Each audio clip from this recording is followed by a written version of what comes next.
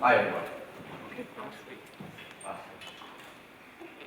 When I was a kid, I loved watching TV shows about science. It was my thing. One day, I remember watching this really interesting guy named Bill Nye, some of you may know him. I remember watching his show about science, and he was talking about energy. He said something along the lines of this video.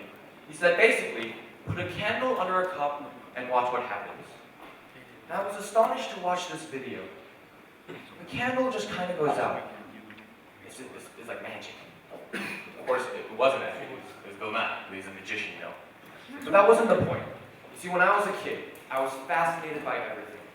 And when I watched this candle go out, I became interested in everything that I could see around me. And so one day, I remember going on the bus ride home from school to home. I remember looking up at the night sky, and I was asking my mom, not bad. I remember asking my mother, Mom, I saw a candle go out. What if the sun does as well? Oh! I was a strange kid. But regardless, this was what I thought about. I always wondered these things, and I remember this thought truly frightened me, and I ran home crying to my mom. And all she'd say is, stay calm. I'm going to lift the cup. Stay calm. I'm going to lift the cup. With my desire met, I watched as the fire breathed once more. I watched it dance back into focus as if the camera lens I had been looking through had just been fixed. My response was to ask only more questions. The next day, going home from school again, I looked up at the night sky again, and this time, I remember seeing that it was very hazy. You could make a bright point in the sky, and it looked like the sun, but you couldn't really tell it was. And so, I thought about the candle experiment that Bill Nye did. And I asked my mom, Mom, in space there's no oxygen. How does the sun burn without oxygen? And she looked at me. She was kind of scared, because she was like, this is an elementary school student. Why are you thinking about this? Go do elementary school student things.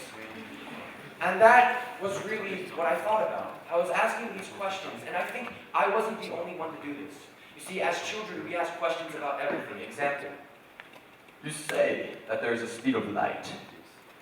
What's the speed of the dark? No, seriously. I'm joking. I think. But that's not the point. You see, I asked these questions. Questions like, how does a deaf person think without knowing what words sound like? These questions ran through my mind every day, and I was trying to put these puzzle pieces together in order to form a full picture of the world. It was fun. 2 years later, I remember it was my first experiment with grades. Not experiment, it was my first experience with grades. And this was daunting. This was scary, because my older brother, he was what you call a straight A Asian student. Obviously, the same was expected of me. And so I remember very carefully typing in all my online information, and I remember pressing enter while my mother and my brother sat next to me. Instantly, they beamed. They were both so happy. I, a 5th grade student, had gotten a list of A's. So did everybody else in the class. But you see, when I saw that list of A's and I saw the gratification that my mother and my brother had, I noticed something change. And I look back on this moment often because I think this was really the first time that I started growing up. But growing up wasn't a process that I really enjoyed. You see, every day I go to school with all my peers. And I noticed that slowly there's a transition from interest in questions to interest in grades. I walk hallways, noticing that people start building walls around the halls of their curiosity. That their and my aspirations of all we could do with our lives began being ossified into a desire to find a good career. Others made it sound like if I didn't plot my trajectory and find a good place for my letters and numbers on a sheet of paper of a transcript, all the good paths of life would be taken, and all I would have left to choose from are the unconstructed ones. But I couldn't help but wonder why that was a bad thing. You see, as children, we knew that we were all wanderers trying to get off the already beaten trail. We didn't care about what other people said. I mean, you look at kids these days. Hey, honey, come here. They're gone. We were kids. We wanted to get off the beaten path because we knew that no matter what happened, it was our job to figure out, to unriddle the unwritten paths. It was our job. We were pioneers. But now our jobs are students. The word itself, student. It is as if it is pre-written in our job description that as students we must be studying. This was a really astounding fact to me. You see, somehow the education system has warped our definition of studying to preclude any possibility of curiosity in there. What I mean by that is, in this mercurial world, our curiosity doesn't like to be constrained by the confines of conformity. Say that 5 times fast. We like to ask questions. It's our job when we enter this world. We like to ask questions. We want to figure out, hey, let's figure out, let's keep looking, let's keep searching. But now, as students, our job has transformed into something different. Now our job is to look through grades, look through our transcript, look through our future education. That's it. That's what we want now. We want the A's. We don't really care about the questions that come into our lives. We want the A grades. And this thought frightened me. You see, I was always wondering as a kid what kind of person I would be when I grew up. I didn't know. And when I didn't know, I became frightened. I looked at the sun, and I no longer cared about how it burned without oxygen. I cared a lot more about what my grades would look like in the end of the day. And that's no way to discover. Gradually, the drive to discover drives away. And that is not what we want in our life. What I'm learning from life through living it is not a groundbreaking concept. The only thing that can stay the same is change.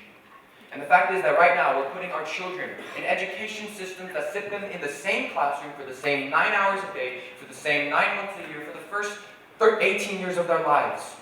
That is no way to discover. We're not discovering like that. We have to get back that drive for curiosity. We have to get back that drive to look forward into the future and figure out what questions can I answer today. My favorite poet once said, "Amid the endless opportunities we have daily, seldom do we take the time to stop, to record, rewind, and press play in our own way. We are all ghetto blasters at top volume. We consume silence with noise as we write refund receipts to the broken eardrums of the people who can hear us live. We give of ourselves time. Precious because its quality is limited only by your ability to live within it." So fellow students, I am not saying that we should do away with grades, far from it.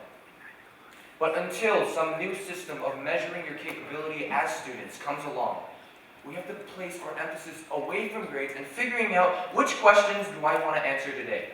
That is what we need to be looking for. What questions can I answer today? My favorite physicist once said, "The reason children cheat on tests is because education systems value grades more than children value learning." So this talk I say, is for every kid who cheats on a test because he values grades more than education systems themselves value education.